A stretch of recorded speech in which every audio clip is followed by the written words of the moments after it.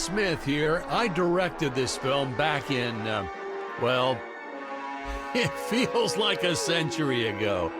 Yeah. The studio asked me to provide a commentary track for the DVD release. And wham! Straight into the action. No fluff or anything. That's what we did back then. Crash-landed ship. Out pops our hero, the fearless Dick Starspeed.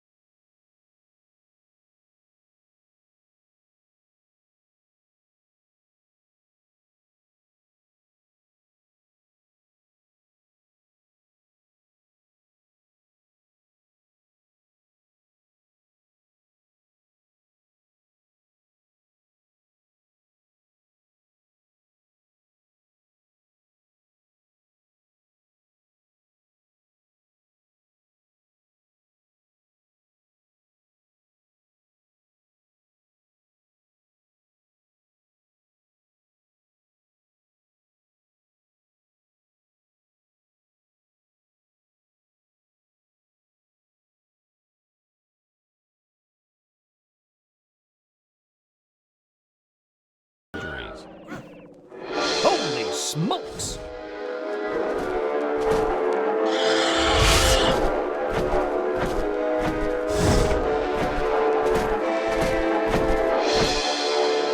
If I land squarely on that grain silo, I should survive this fall unscathed. I shouldn't say this now, but you could actually see the strings if you squinted hard enough.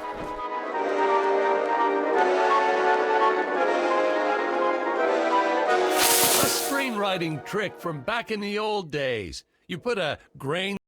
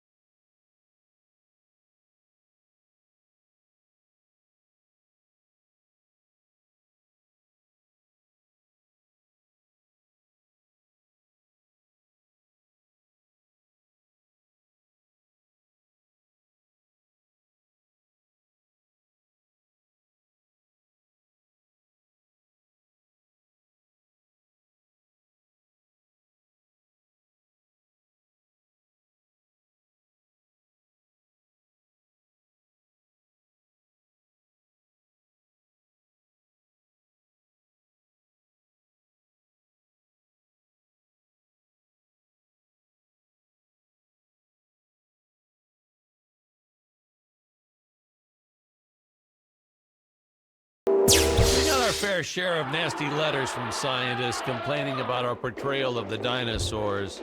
Was news to me. Apparently these stegosauruses weren't meat eaters. Must have preferred shellfish or something. Wow, how do they know? That's what I say.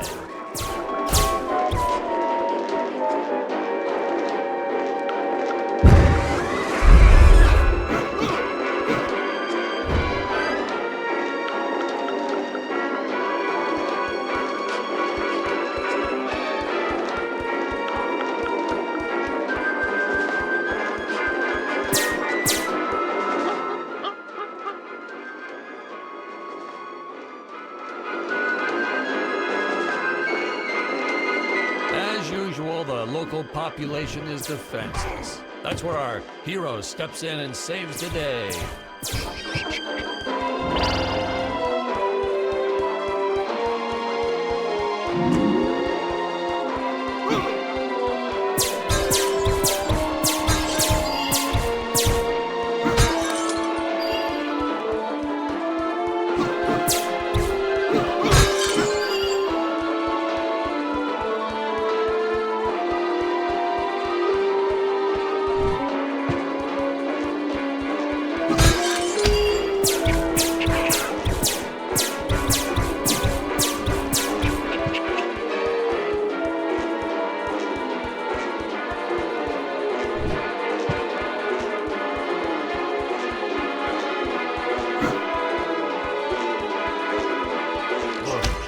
Put Jonathan through a lot shooting this film. He wasn't the best actor, especially when reacting to getting hit. He's what you'd call a flincher. So I told the stuntman to really just go to town on him.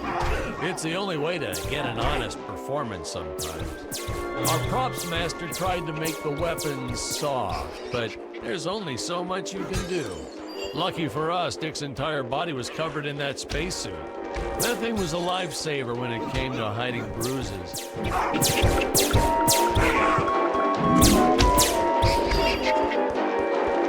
How curious. They dissolved into what appears to be gold. You notice the gold disappears when Dick touches it. We had a deleted scene that explained he's actually teleporting it back to his ship. It's funny, no one ever questioned how Dick was able to walk around with an infinite amount of gold on him.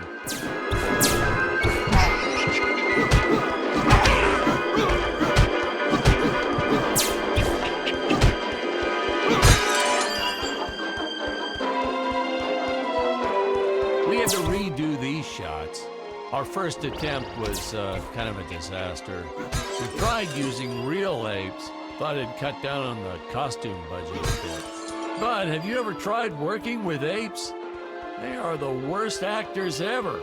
They don't sit still for a moment, and the second you take your eyes off of them, they're flinging their feces all over the place. Jonathan refused to work with them after he got, well, let's just say that he had to take more than a couple of showers one day. You know, you never forget the smell of monkey poo. We steam cleaned the studio top to bottom. Still never got rid of it entirely. All through the rest of the shot, we kept finding those little surprises hiding inside various props. Boy, were those the days.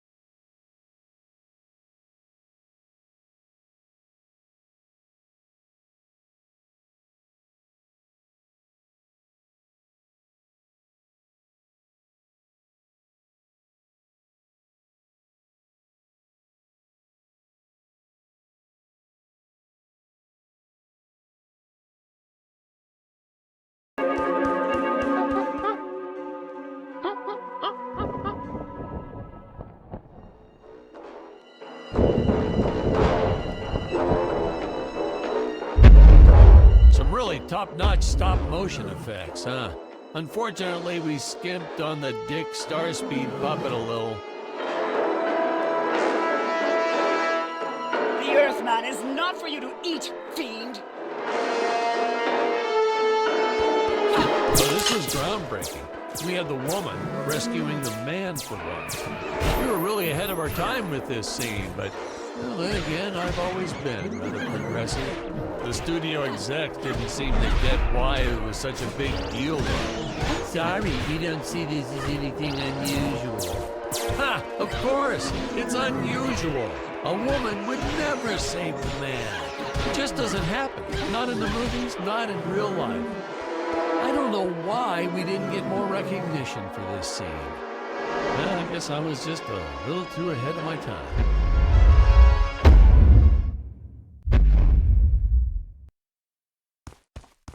We're supposed to be seeing Dick and Scarlet's first dialogue Thank you for scene saving me, here. strange woman.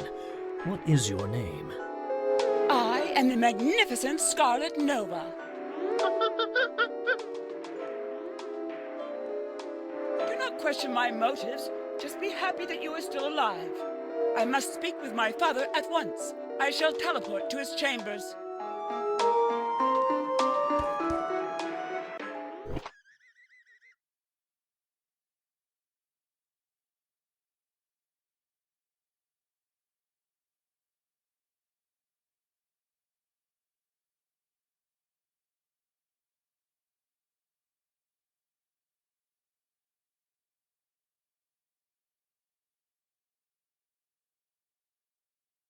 Huh? Where is this place? This is not my father's chambers.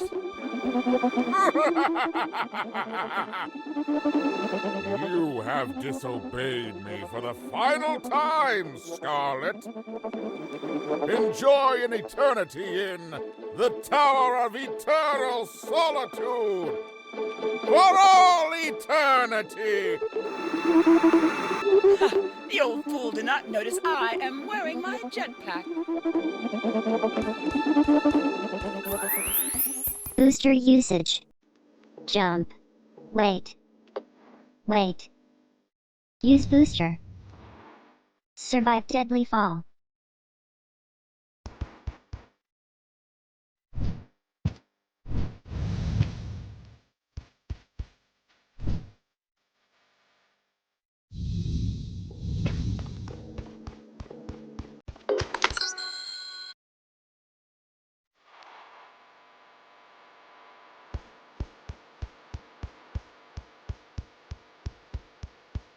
Well, Scarlet didn't quite realize she needed to shoot those energy orbs down below. Keep in mind, Stacy was doing this on a soundstage, okay?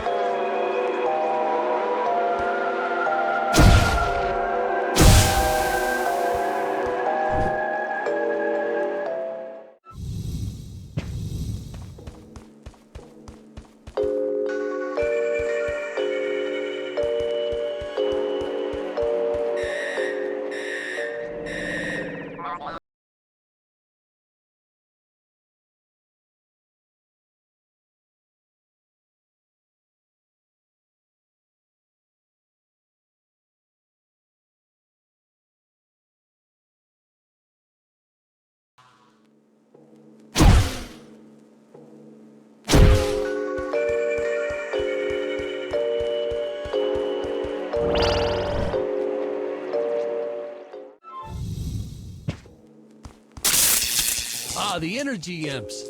Such a neat effect. We had to paint each movement frame by frame and superimpose it into live footage. We were pulling all-nighters for weeks. Well, when I said we, I meant the artist. I'm pretty much useless if I don't get a solid 10 hours a night. But they were at it forever. They had to redo it all because I accidentally told them red instead of blue the first time. Artists.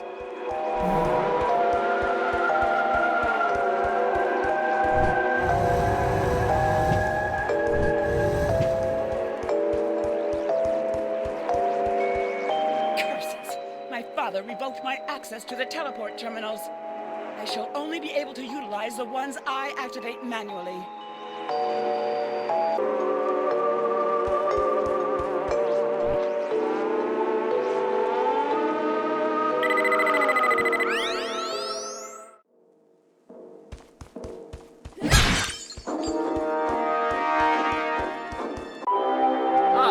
I knew you would return. Puny Earthman, you shall help me overthrow the Emperor. Why would you turn against your own father? How do I know I can trust you? This scene. This is practically Shakespeare in outer space. Just as the entire planet does. And, huh? Patrick, what's wrong with the video? Sorry, sir. Technical problems. Darn it, we're missing some really good writing here. There. Sorry about that. Well, we just passed right by her big scene. Basically, they agree to work together, but one must stay behind in the sleep chamber at all times. Should I rewind?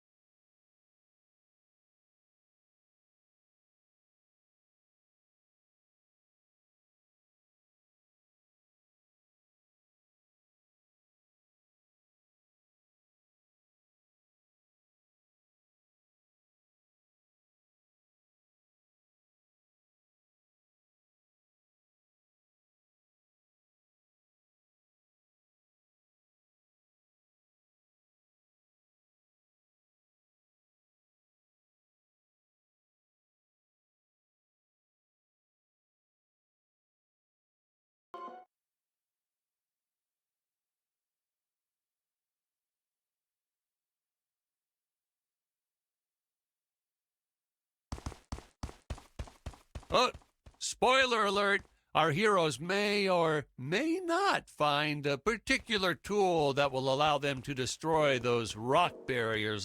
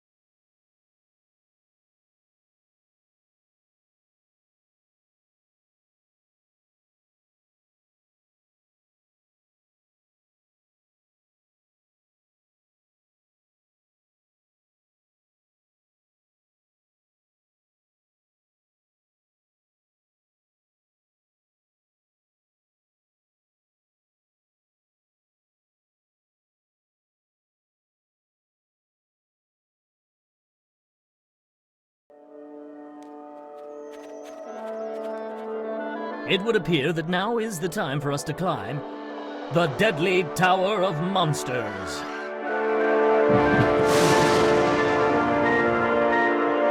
Good screenwriting 101. Always announce the title within the film itself. How else are you going to let the audience know your heroes really mean business?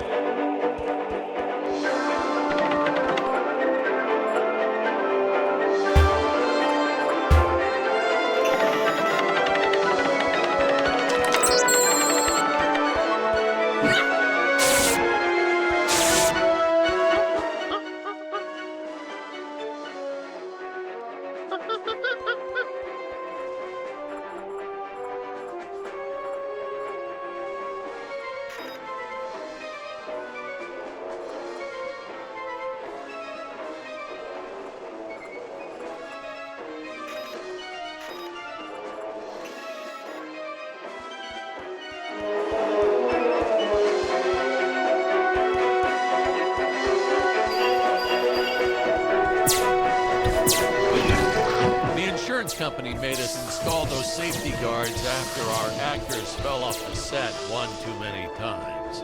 Granted, they kept falling off even with the rails, but thanks to how the contract was laid out, we were no longer liable for their injuries.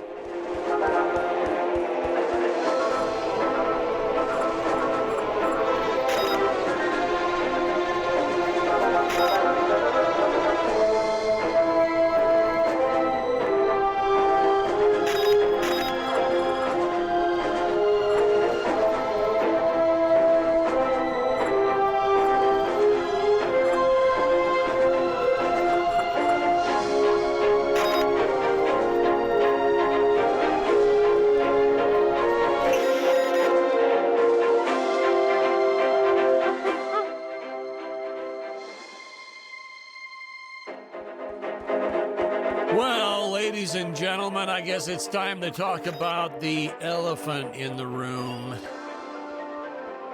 Why on earth does this crazy film have title cards on screen when people are talking? You're thinking that, aren't you? I know you are. I would be too. Well, we had thought about making it a silent film at one point, so we shot a lot of scenes up close like this, with the dialogue written out for the audience to read. Well, when we swapped over to making a talkie, well, we just decided to keep on going rather than reshooting all those scenes.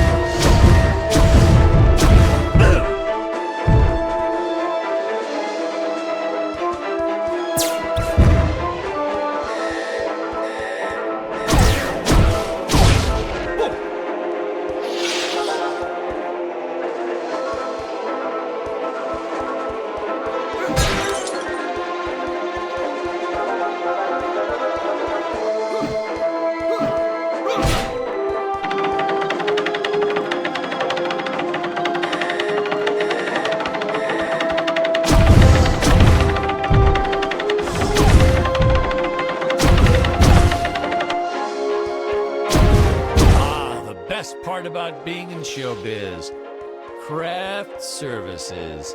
It's like never-ending supply of free food all day long. I never had to pay for a single meal. Hey Patrick, I noticed you guys don't do that here in your studio. You should talk to your boss. Maybe even just a bagel station.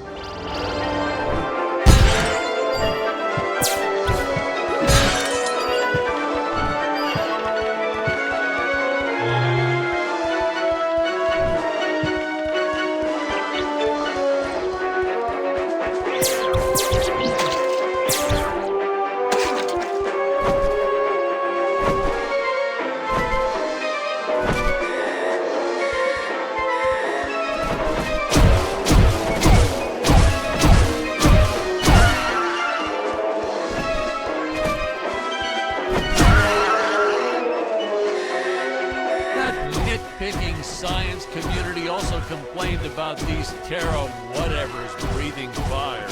Like there's fossil evidence of dinosaurs not ever shooting fireballs. It's not like I gave them neck frills or had them spit poison or anything ridiculous like that.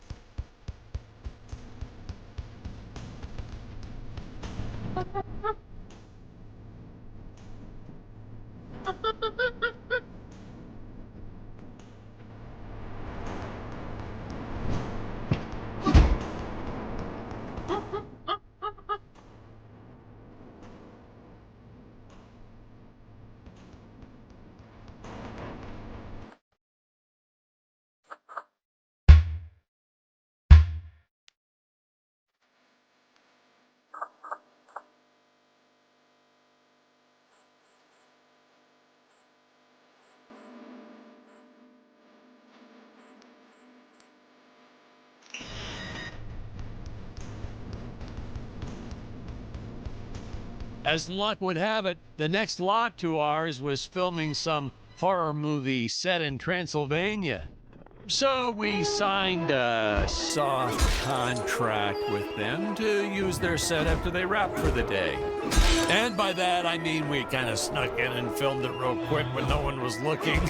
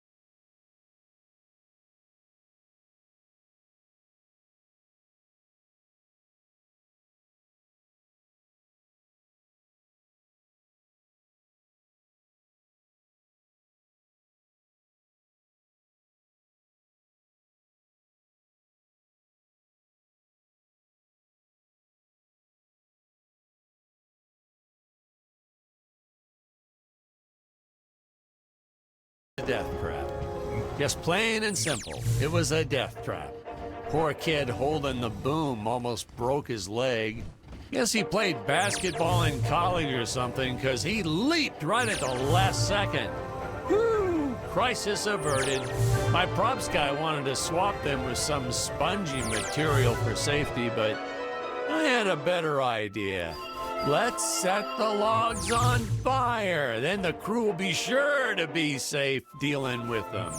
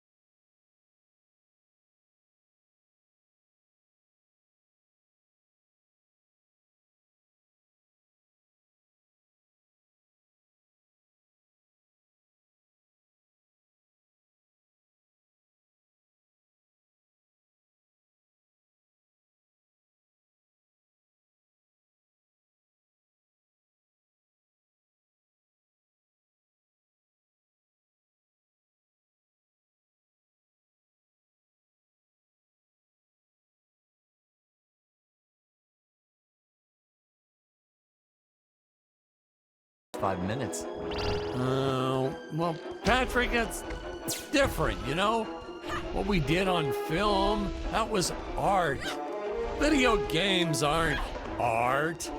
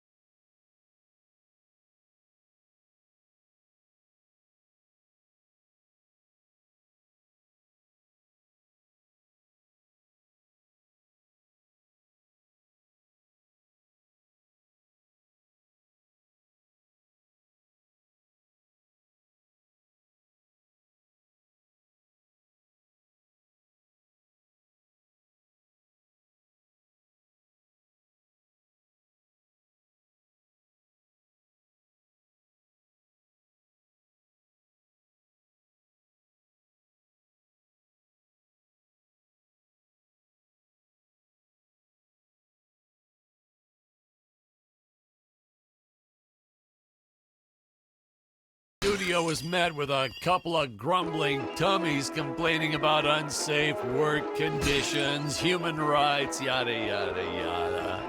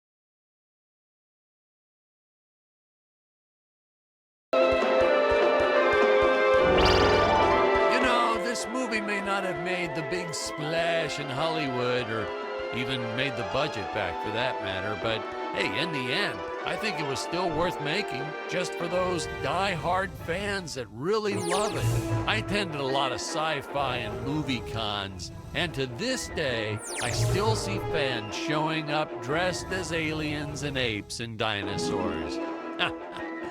Does a man proud. Now, granted, their costumes aren't exactly 100% faithful to the film, and it seems that no one ever remembers them by the right name. But still, knowing that we still have fans like this promoting the film decades later, it puts a tear in this old director's eye. I get all emotional.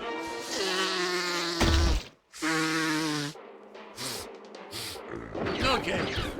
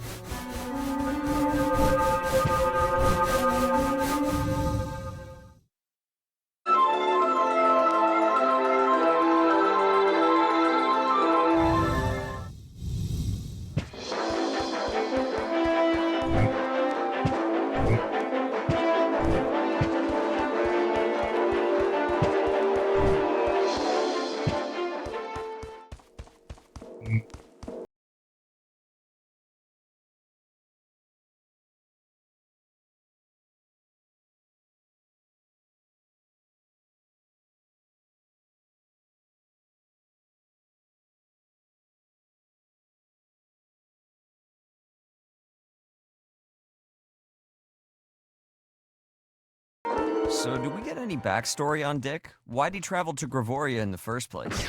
Did he do any research before landing there? Did he have a specific mission in that region of space? Patrick, if you keep getting bogged down by the details, how will you ever learn to just sit back and appreciate the work of art for what it is? Production tip, ladies and gentlemen. No matter how sunny it is, don't store your papier-mâché props outdoors. They will get rained on. It's the law in this town. Like Occam's razor or Stockholm syndrome or I forget what it's called.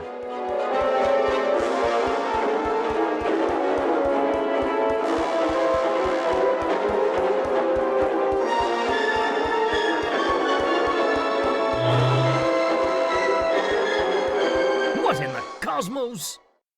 It's my co-pilot's body! I believe that I can repair him. Oh no! I am trapped!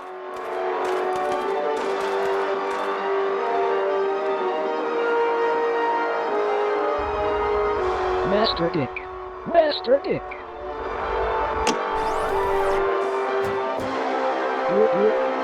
Functions restored. Threat detected. Must eliminate. Fun fact, that we actually had an actor inside the robot suit moving him around. I bet you thought it was an actual robot, huh? That's how good he was. No rest breaks or anything. Hardest working actor I've ever met. What a trooper. It was a shame we couldn't afford to pay him. And of course, since he wasn't on the payroll, I couldn't officially add him to the credits. But still, what a trooper. Wish I had a dozen actors like him.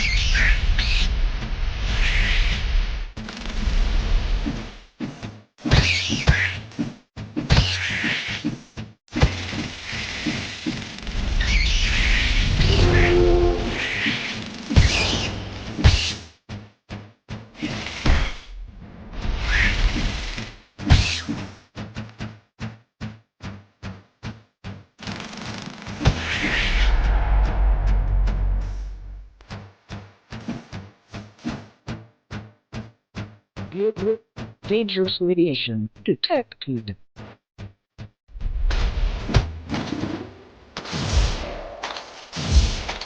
No, we didn't use the same material for the toxic waste as we did the slimes. I mean, why fake something when you have the real deal available?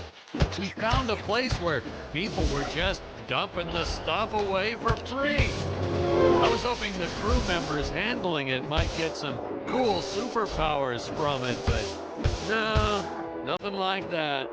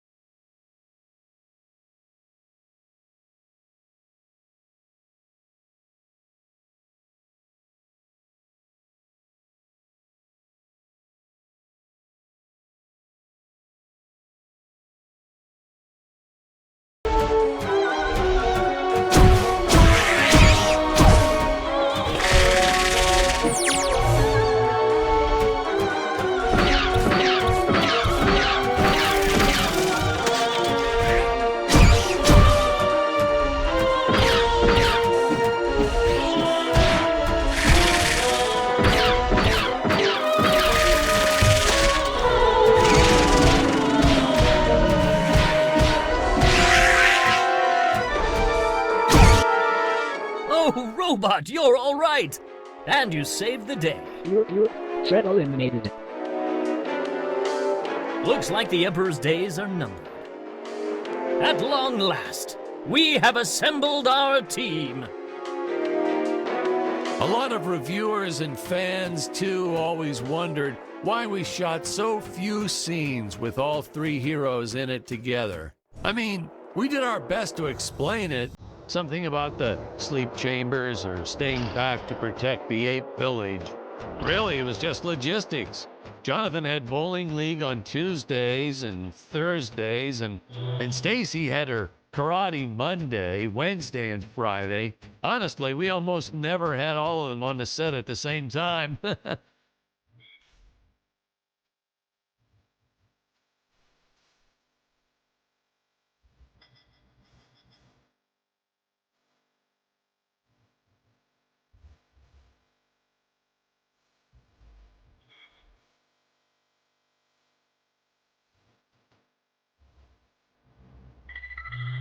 Our robot actor was in some religion that only allowed him to work on Sundays.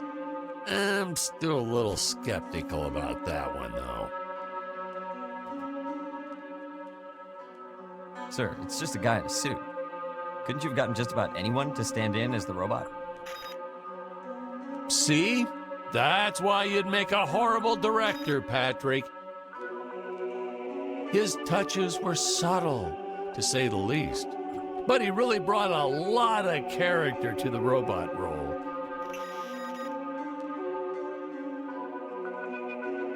If he was so indispensable, how come you didn't list the actor in the credits?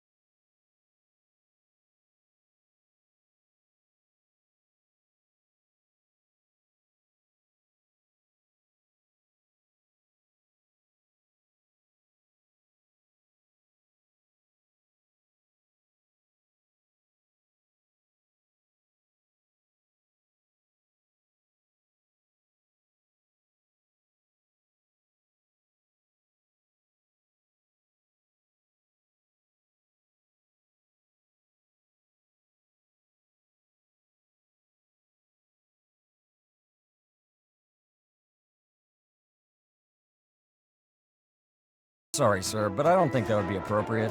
Ugh, you're no fun.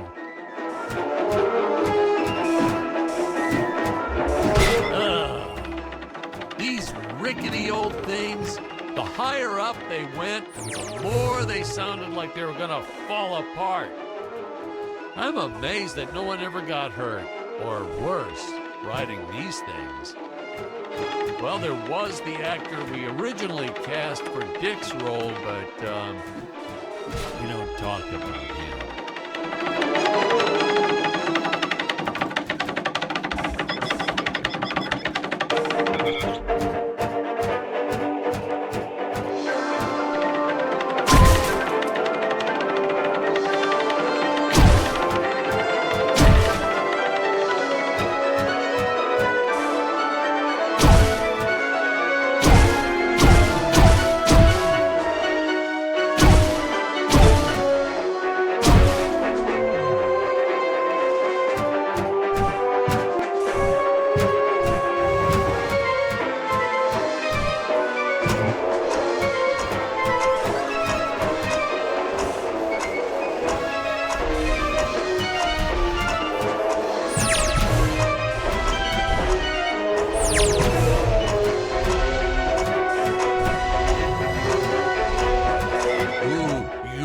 start to get a sense of how high up our heroes have been climbing here.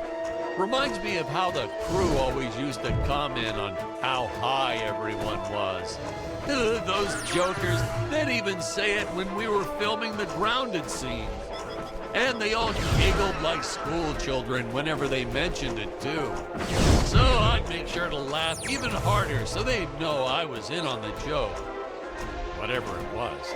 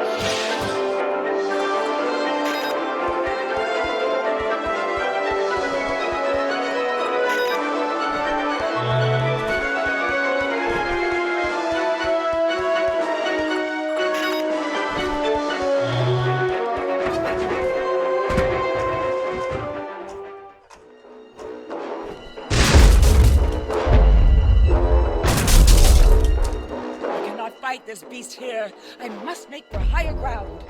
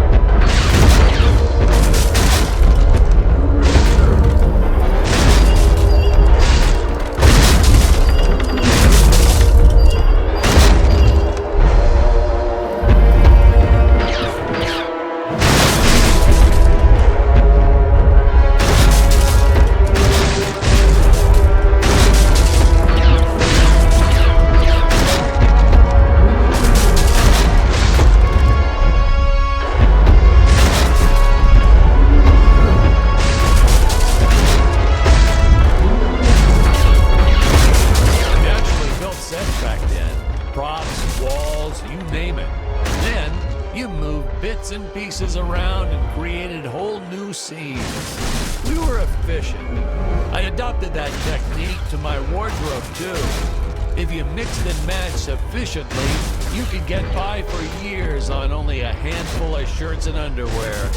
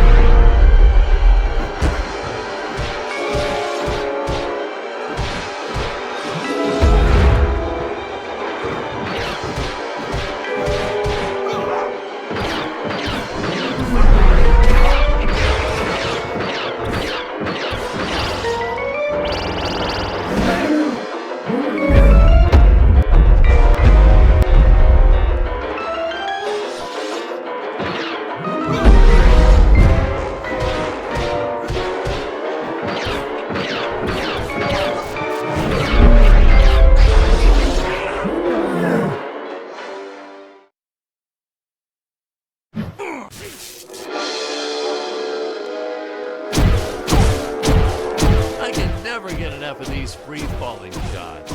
Something so invigorating and freeing about them. Like sticking your head out of the sunroof while driving on the freeway.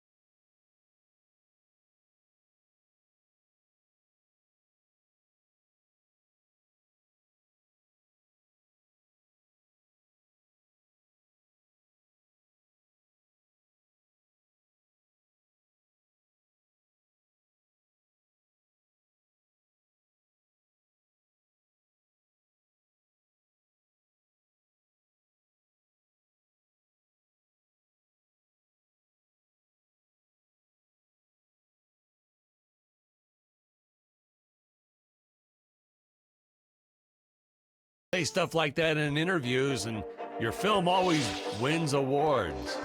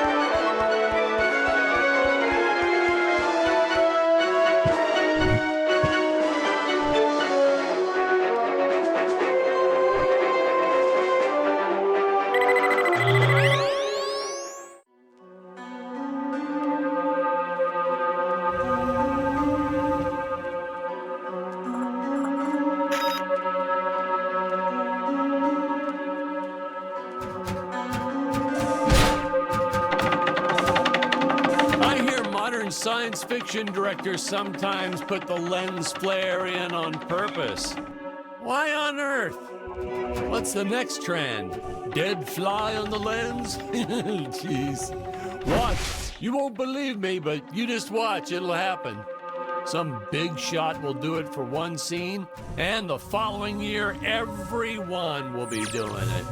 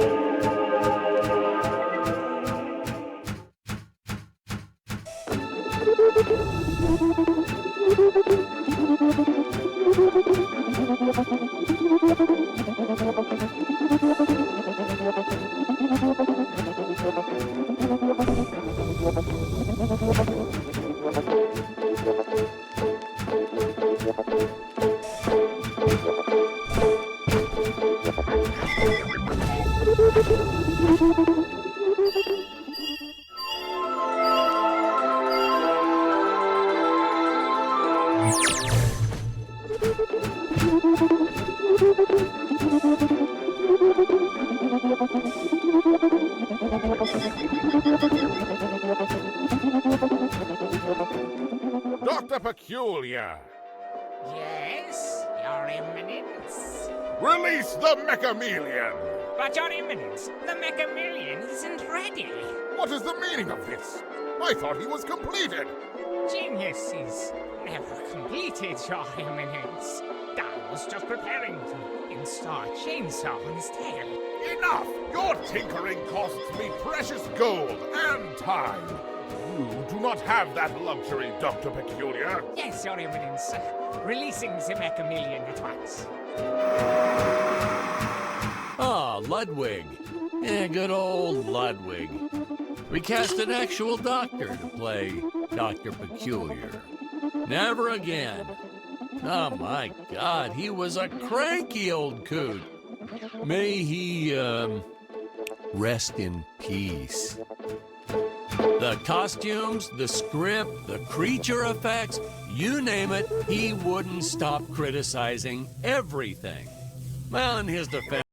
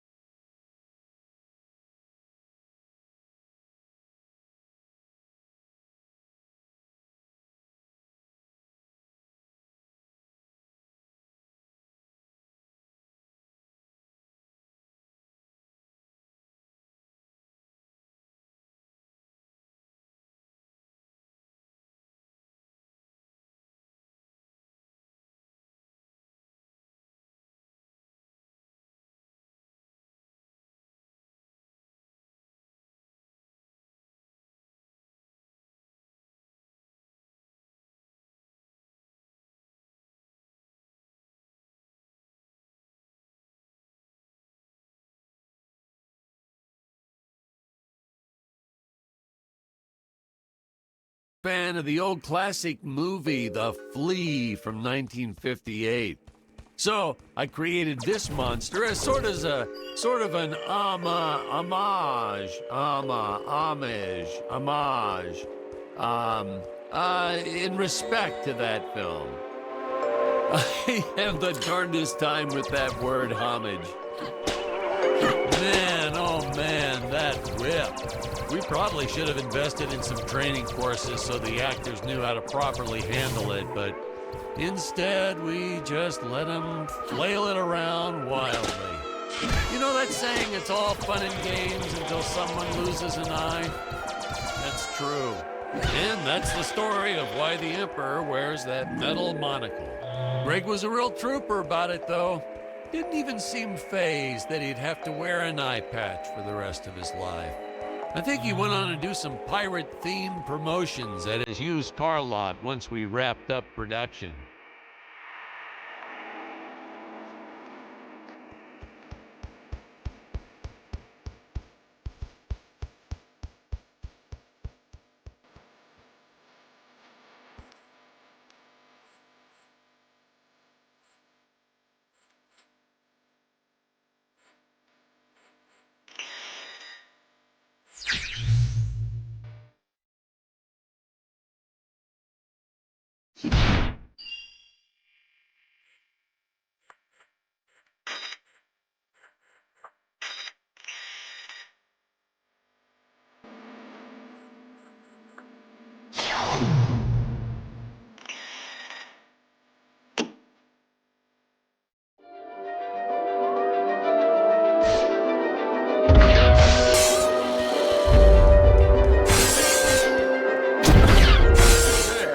My chameleon! Why has it not pulverized the intruders already? I was installing photon lasers into its eyes.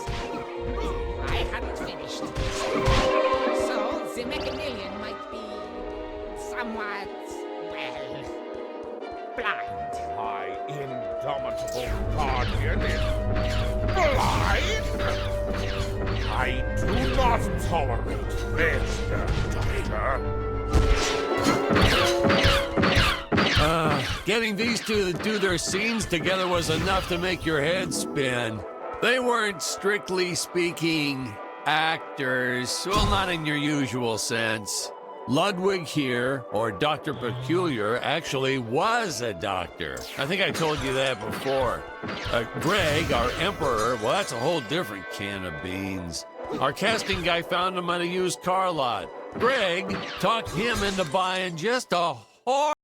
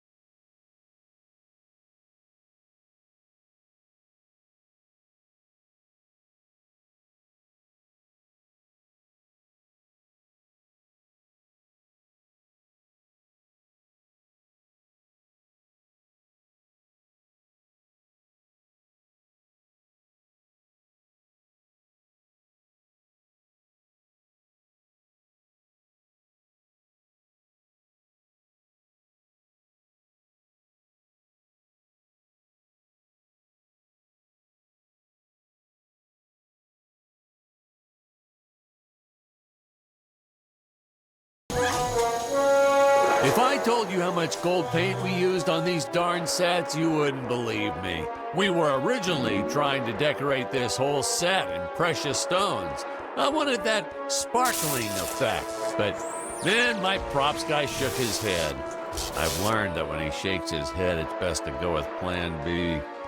Unfortunately, Plan B meant a cement mixer filled with gold paint. It was so much hard work, even I had to finally roll up my sleeves, dive in, and call some interns from the community college. Man, there's nothing college kids won't do for free pizza.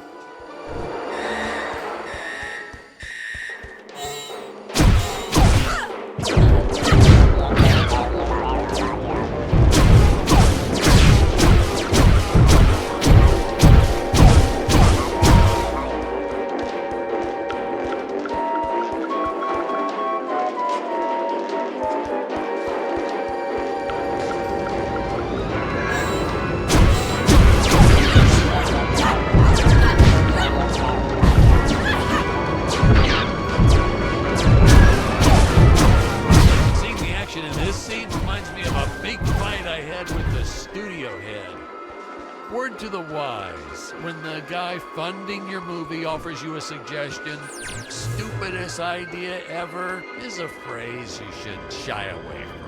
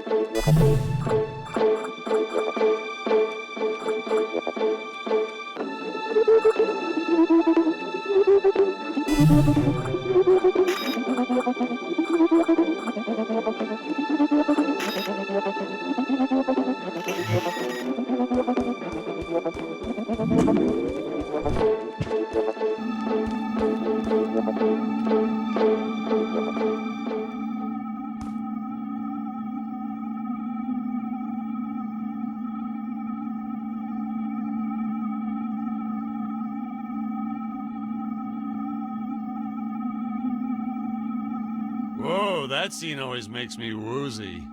Hey, Patrick, I think we need a break.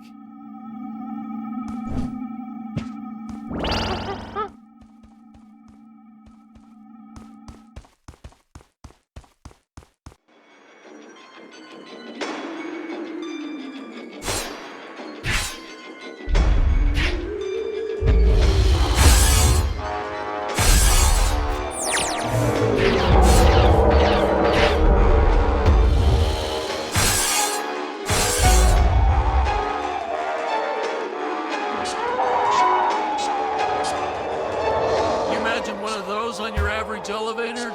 Still, it's even worse when you press all the buttons on a real elevator. People get so annoyed when you do that.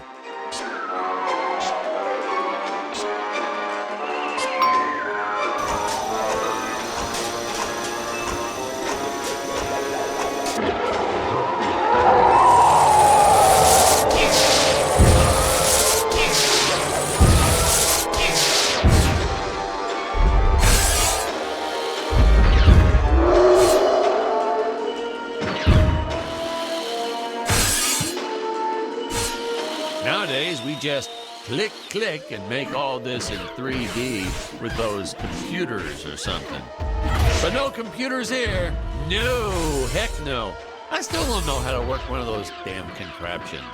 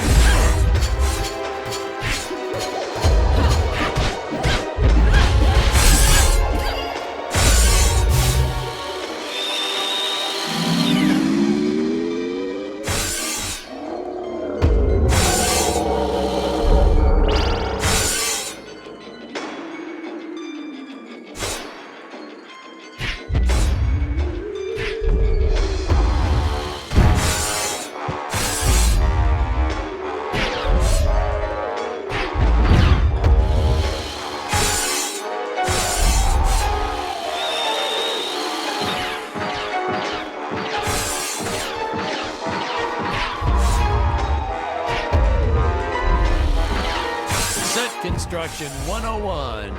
To make it look nice, you gotta make it look shiny. That's the secret ingredient, you know.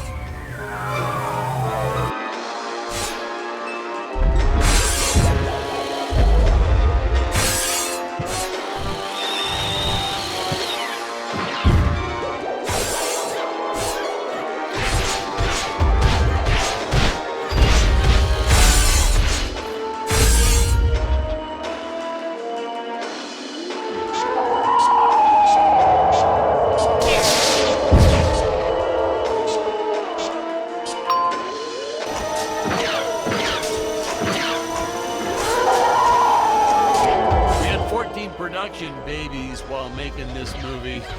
One of them was even named after one of the characters. That's the Million J. Peters.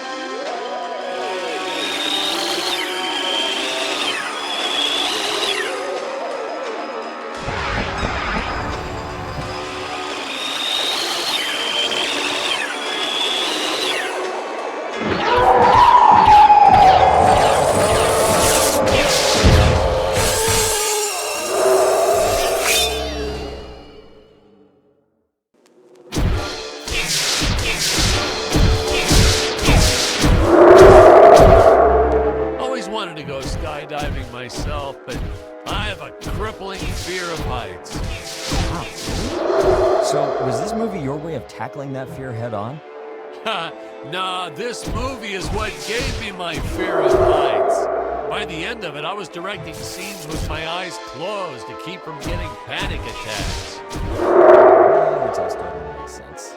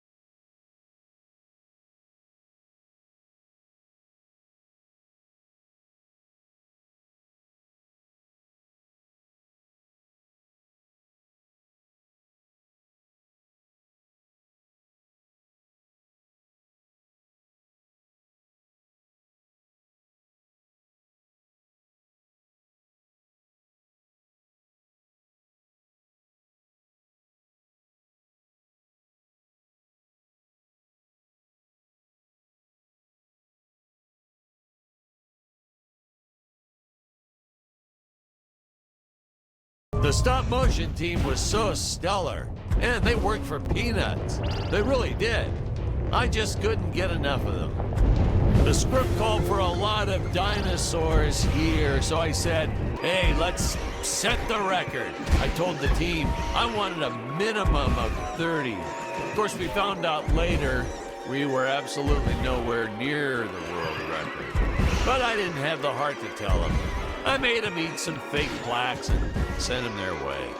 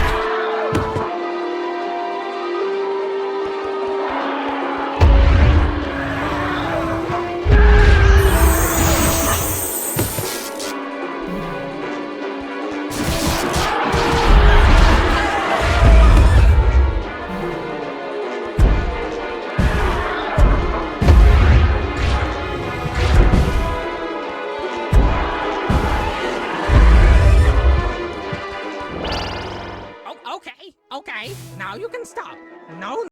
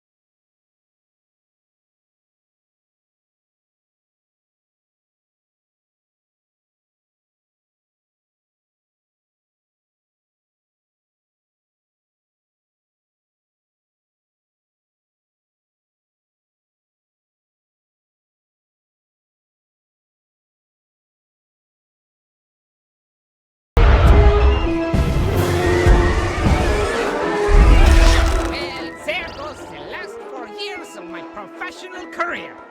I hope you're happy now. Welcome to a world with no genetically modified carnivorous dinosaurs.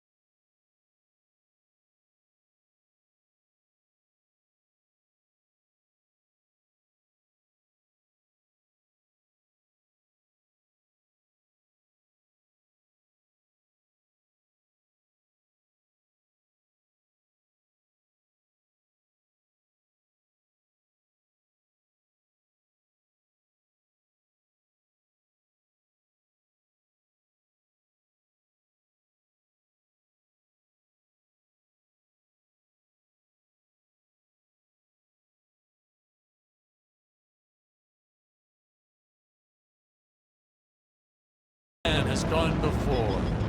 These are the voyages. Whoops. Sorry, I got kind of carried away with something else there.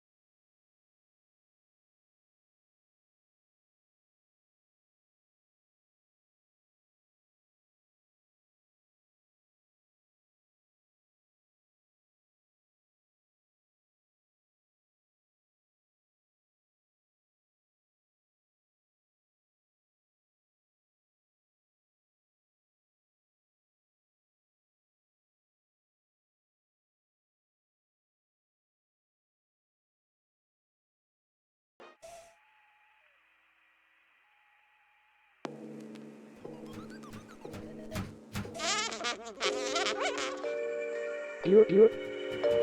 Who are you?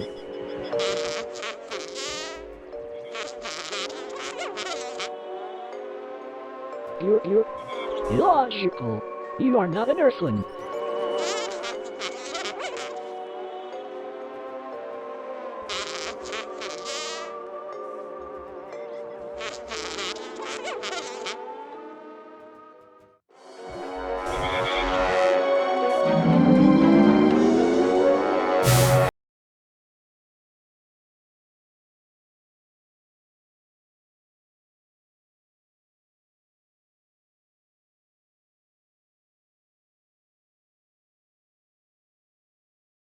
Too long in my movie, but there wasn't enough story and exposition.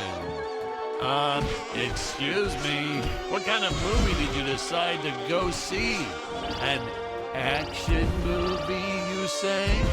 Last time I checked, dialogue wasn't a movie genre.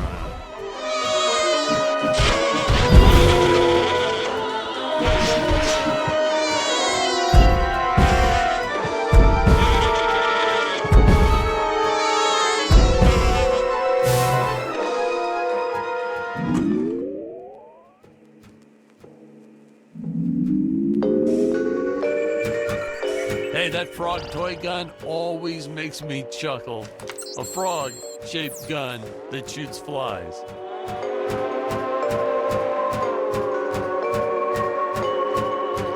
You. Doctor, from where did those clones originate?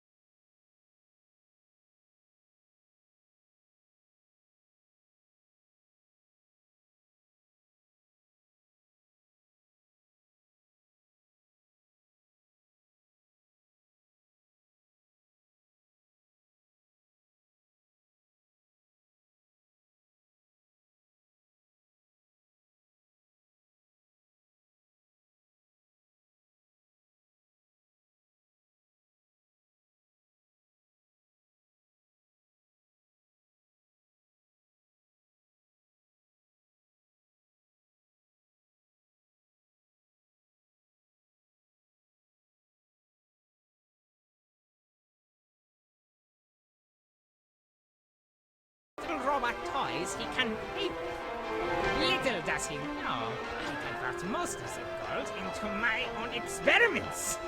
Experiments like my army of atomic monkeys.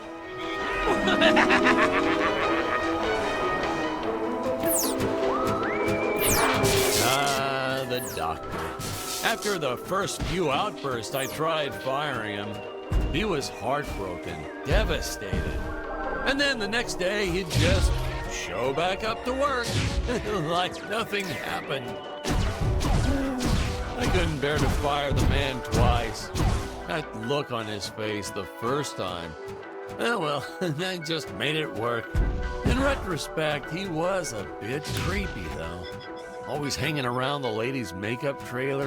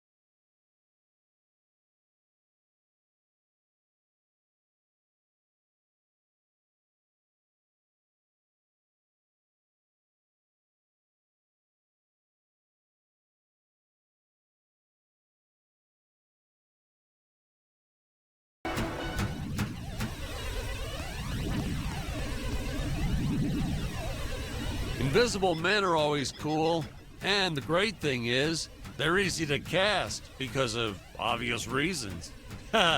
Actually, that's what I wish I was when my ex-wife or IRS come knocking at my door. Forget I said that. Patrick, we've been recording for a while. Can we take a break now? Well, we're a little behind, but sure, let's take a 5. Oh, man. Man alive, it feels great to get those headphones off. Whew. Whew. That's a load off my shoulders, which is it's actually a load off my head, which is a load off my shoulder. But anyway, you know, I gotta level with you. Most of the cast, not that great. Worst acting I've seen, probably. Yeah, we'd shoot some scenes a dozen times just to get it right. Hey, Hey, you're not recording any of this, right? Oh, nah, it's all good. I'll just make a note to edit this stuff out.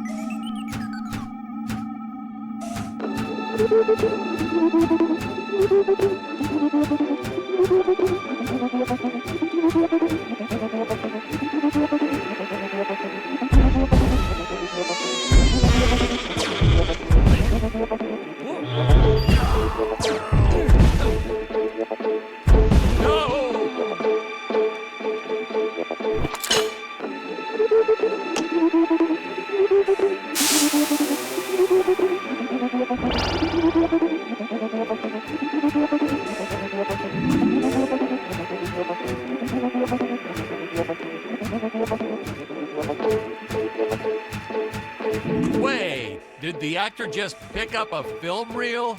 So that's what happened to all my missing footage. Oh, how did I ever let this make it into the final cut?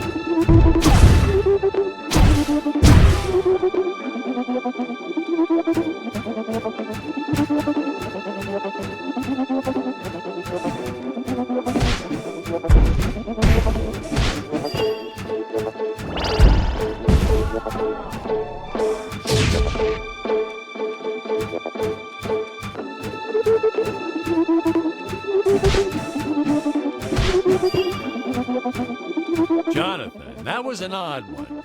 He used to tell me that after he makes it big, he doesn't want to be Jonathan Digby anymore. He wants to be J. Dig.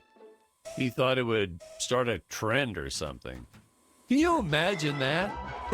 The first letter of his name, and then the first syllable of his last name? It's so absurd. That's the sort of thing that would never catch on. Oh, especially in the entertainment industry.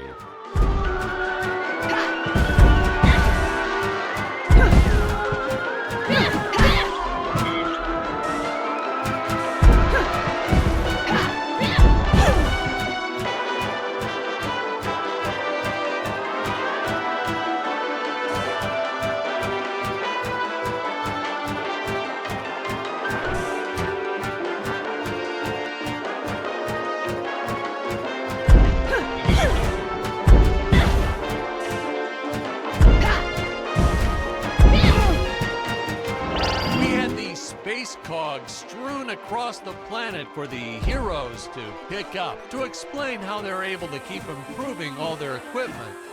But how does adding gears to something like a baton or sword suddenly make it better? I mean, how do gears even factor? Hey, Patrick, let me stop you right there. Are you an engineer?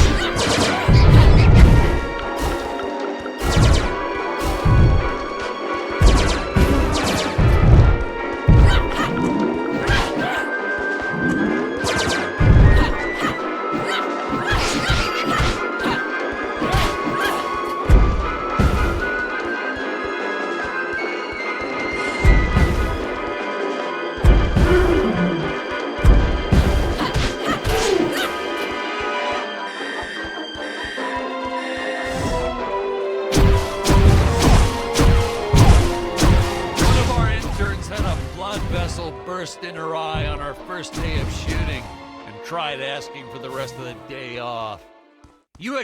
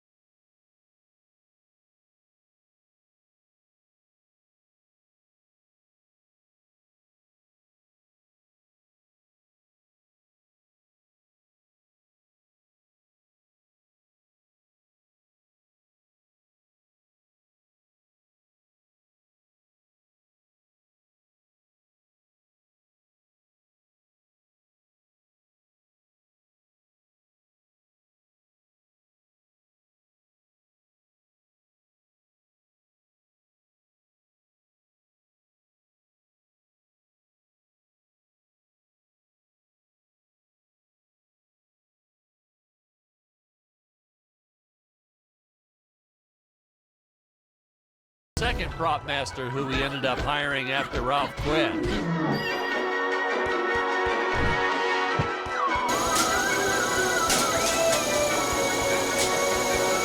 I was going through a phase back in the 70s. Always had mood rings on. Several of them. I used to pick a color, and then I'd make the actors just keep doing the scene over and over until my rings turned that color. That's how you know we're achieving the right tone for the scene, you know. It used to drive Stacy bananas. She'd call me names and swear, and I'd just say, huh? I don't need a ring to tell your mood right now. She hated that.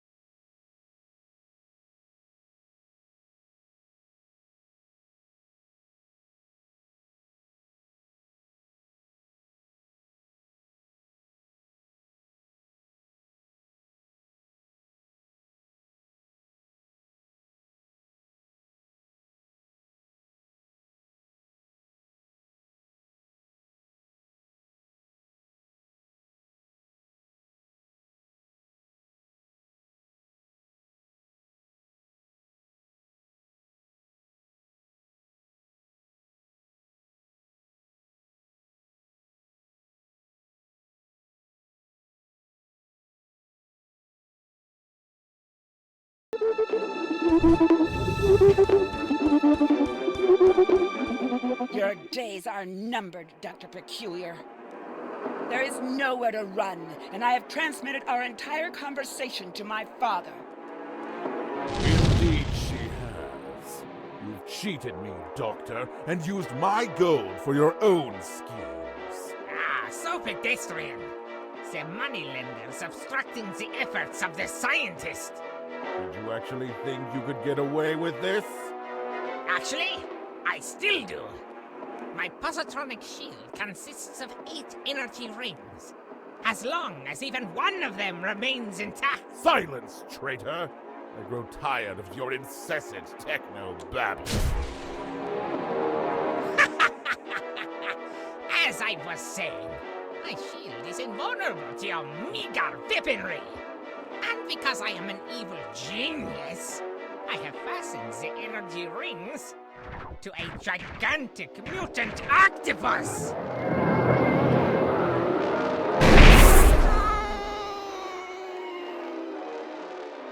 And as for you, my dear...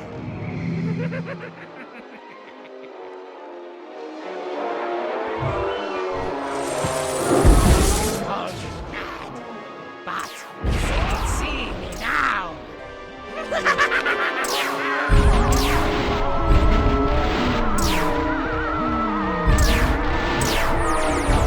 Fights and runs away, lives to fight another day.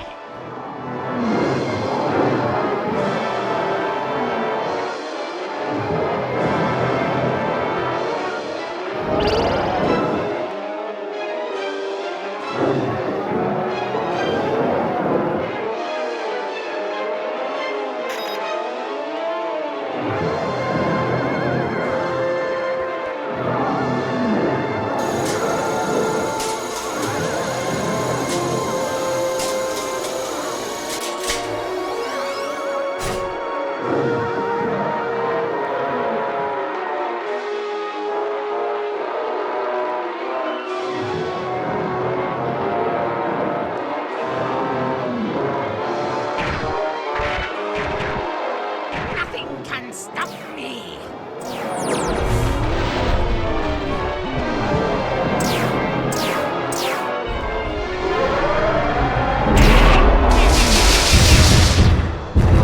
Ah! I better wait until those energy rings are charged.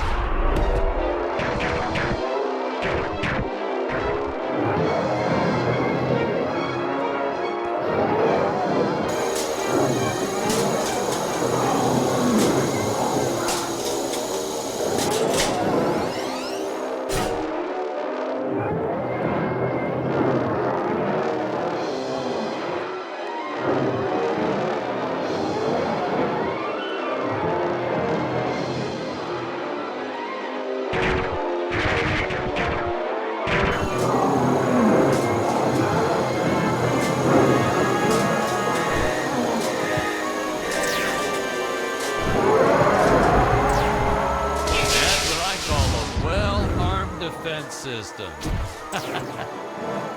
You know, because it's an octopus and it has many arms. Okay.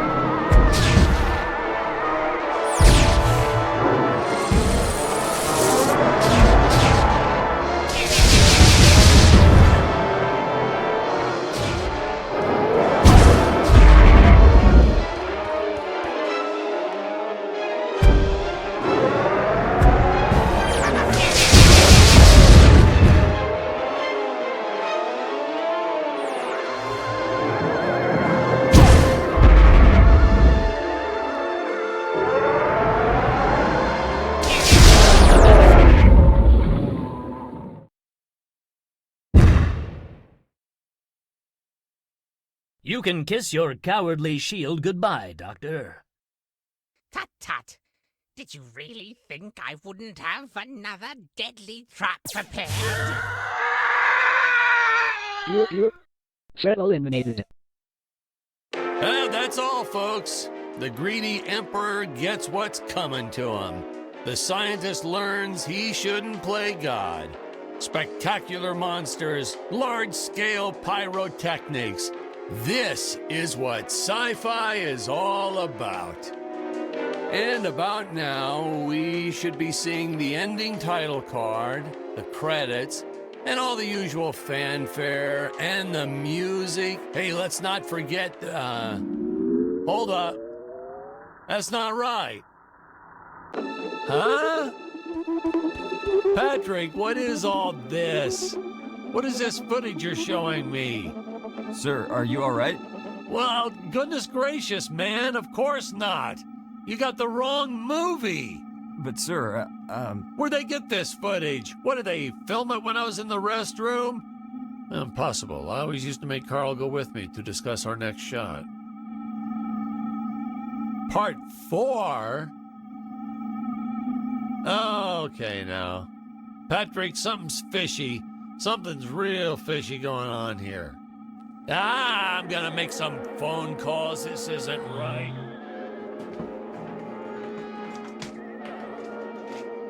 Patrick, is there a payphone around here somewhere? jeez. I think someone forgot his movie had 4 chapters in it. They always stick me with the worst projects for these DVDs. Starting Monday, I'm looking for a new job. Greetings. We have been watching you. You. Unidentified life form detected. We are the true Gravorians, the original inhabitants of this planet. There are still many perils within this tower. We must take care that no one else is watching us. Did you look at those costumes?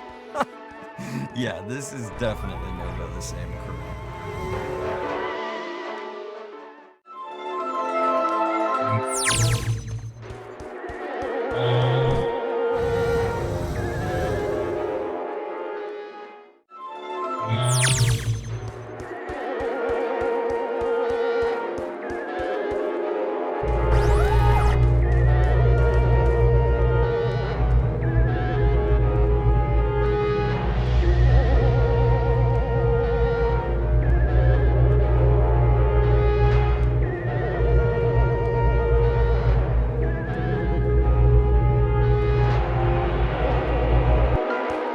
Made from those inflatable air dancer things you see outside stores.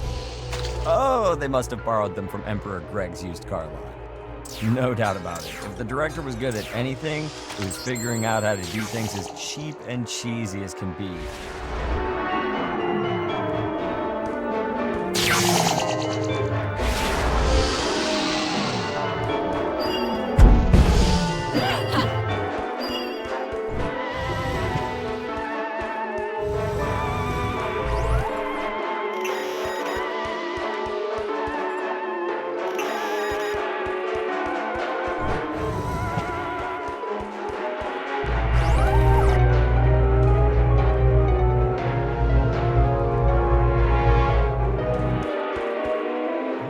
Children in those suits.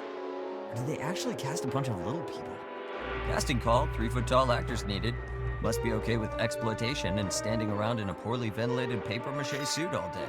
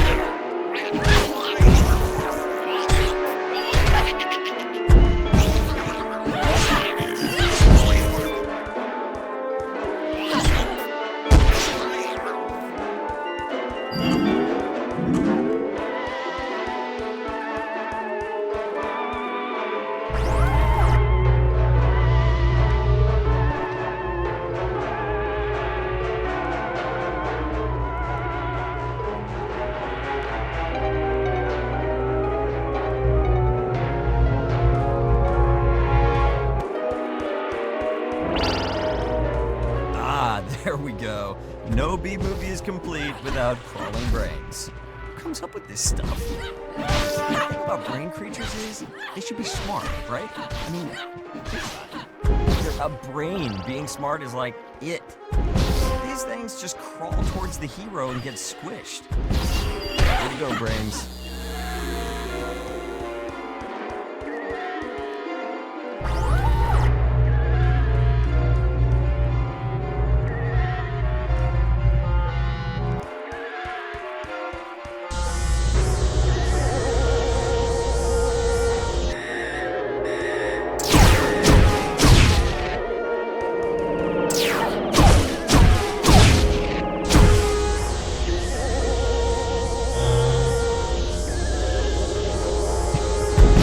Still confused by these guys. Were these brains once human or something? Did they lose their will to live now their bodies are gone? Oh, maybe they're like cow brains. That's why they aren't so smart. Or maybe like a manatee brain. Yeah, water cows are adorable.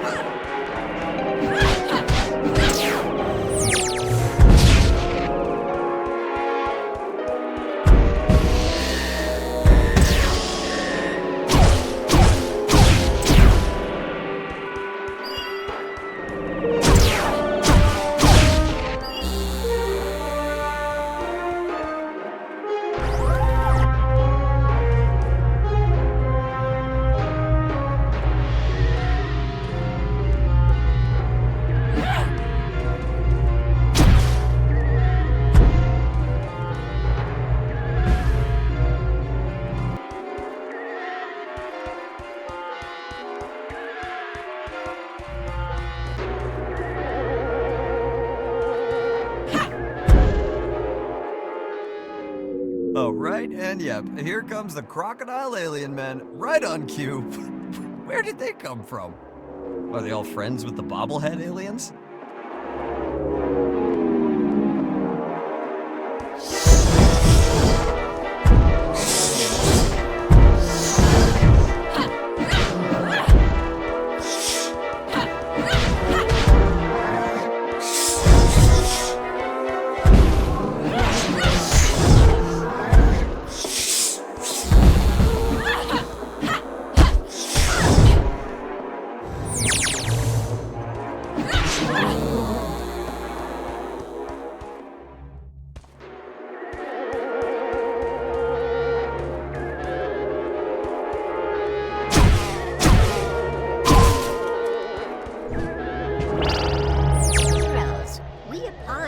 For our less hospitable Gravorian brothers.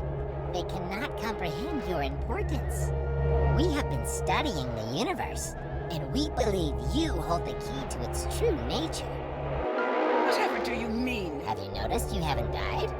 Despite insurmountable odds against you, the universe is protecting you. Nonsense. We are alive because of our talents and our skills. I see, you'll need convincing.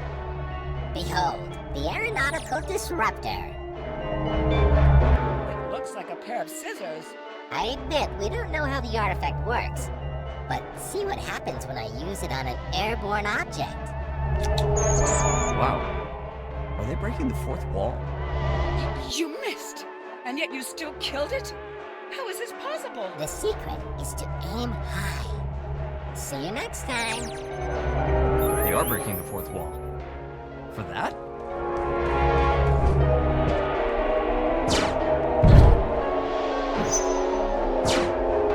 Couldn't they have used something cooler than scissors?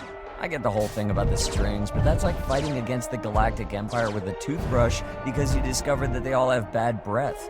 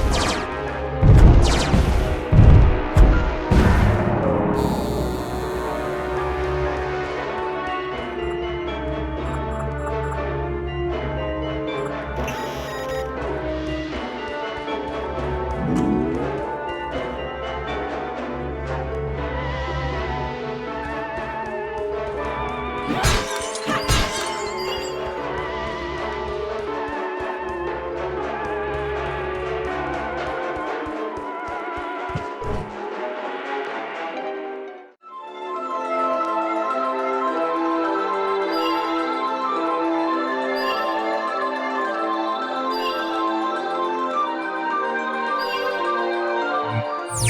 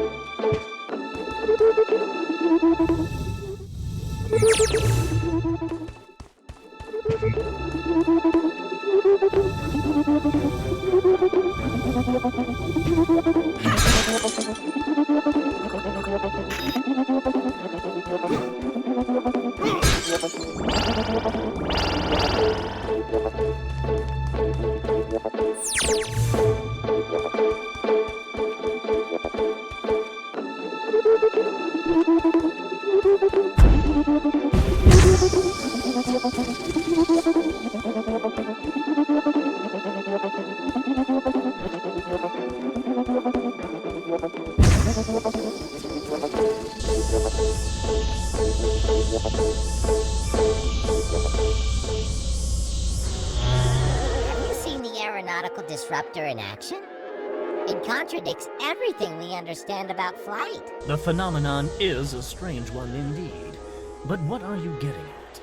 By studying your language, we've discovered there are some sounds which cannot be uttered. It's taken our elders many generations to create a list of these magic words. Please, take this tablet and read it in a loud, clear voice.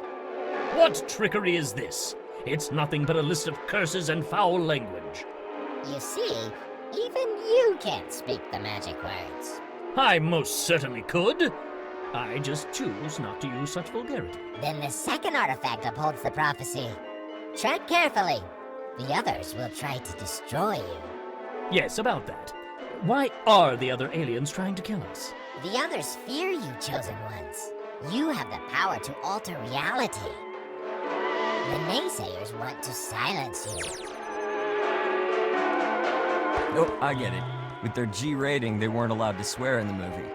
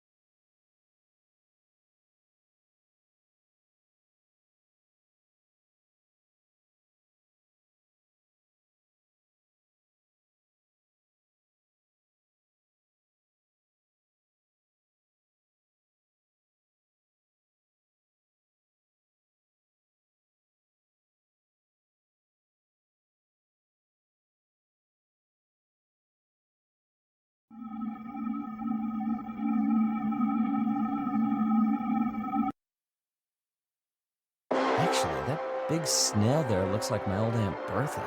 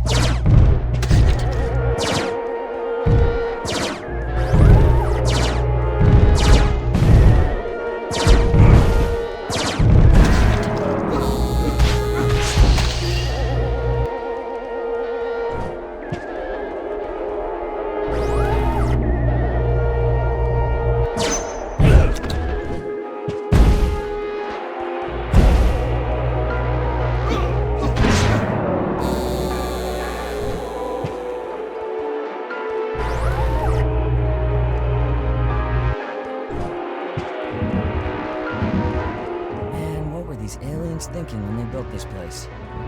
Like, they couldn't just build a normal stairway? Were tiles that appear and disappear right under your feet really the best option for getting up this tower?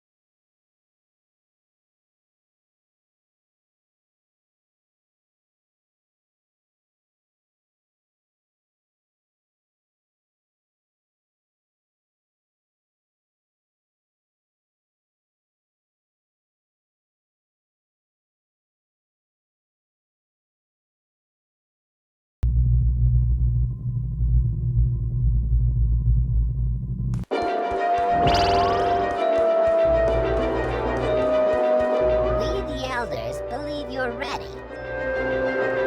We shall reveal to you the third and final artifact. Gaze upon this. It's just my reflection. I've seen it dozens of times. No. Gaze behind you. Whoa, hey now! Who are all those people? The great eye in the sky controls everything in our world. They must be its servants. We found one of their ancient scriptures. The Deadly Tower of Monsters. The thrilling tale of Dick Starspeed's battle to overthrow the evil Emperor of Gravoria. Every prophecy in the ancient scripture has come true. Only you can help us. Turn to page 63. Production note. Is it too late to change Dick's name? A bit lacking, no? No, keep reading. The next section. Final confrontation. The Emperor discovers the whereabouts of the native Gravorians and endeavors to kill them for more gold. Oh, that is what you were afraid of. Fear not, Gravorians. His ship has fallen, so surely he is... I have discovered the whereabouts of the native Gravorians. I shall endeavor to kill them for more gold!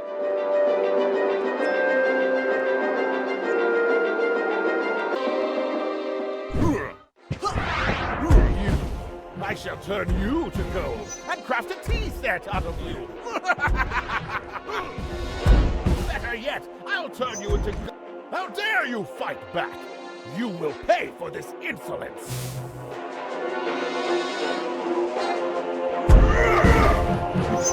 Soon your rebellion will be crushed.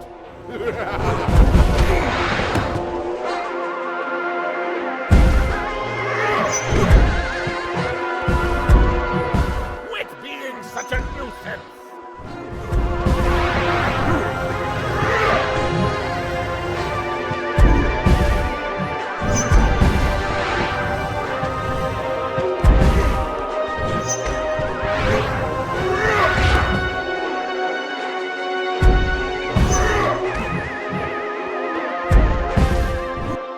You're stronger than I expected. But you're no match for my throne ship.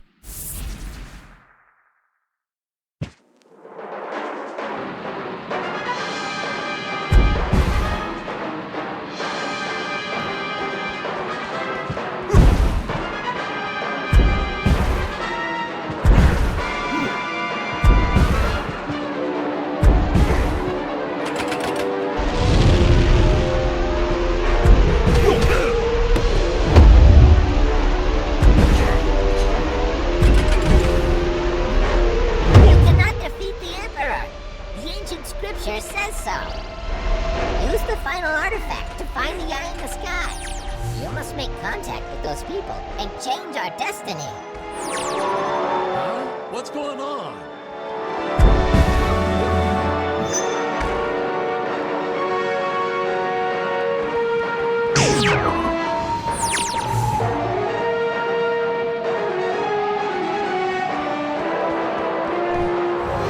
No, don't. Hey, that really hurt.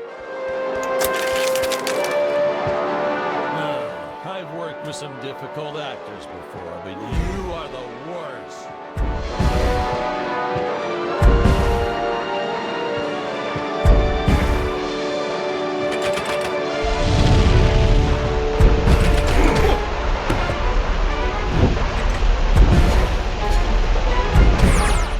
Cut! This scene is just all wrong.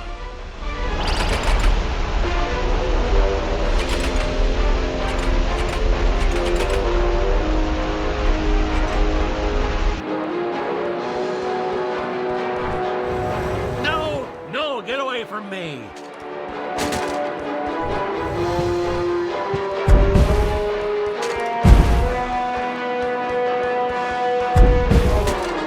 Oh, are you crazy? Stop sabotaging the scene. Do you have any idea how much it costs to do retakes?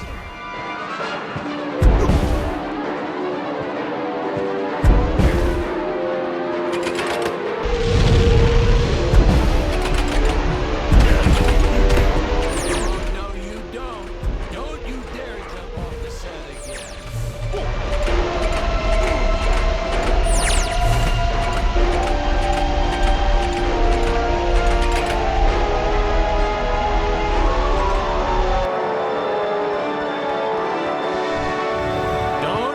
Don't you dare to... You've gone absolutely mad. Is this those damn method acting courses you've been taking? You want more money? You can't renegotiate your contract mid-shoot. We don't want any more Gravorians or apes to die. You... what? You are in command of this world. We want you to cease these misfortunes. Wait, let me get this straight. You want me to change the script? Fine, fine, I'll make the changes. So, the Emperor becomes a kind-hearted, generous man. Oh, and he loves puppies in the springtime. He frees the slaves, signs a peace treaty, yada, yada, yada. And bam! Everyone lives happily ever after. Okay, is that fine? Is everyone happy now?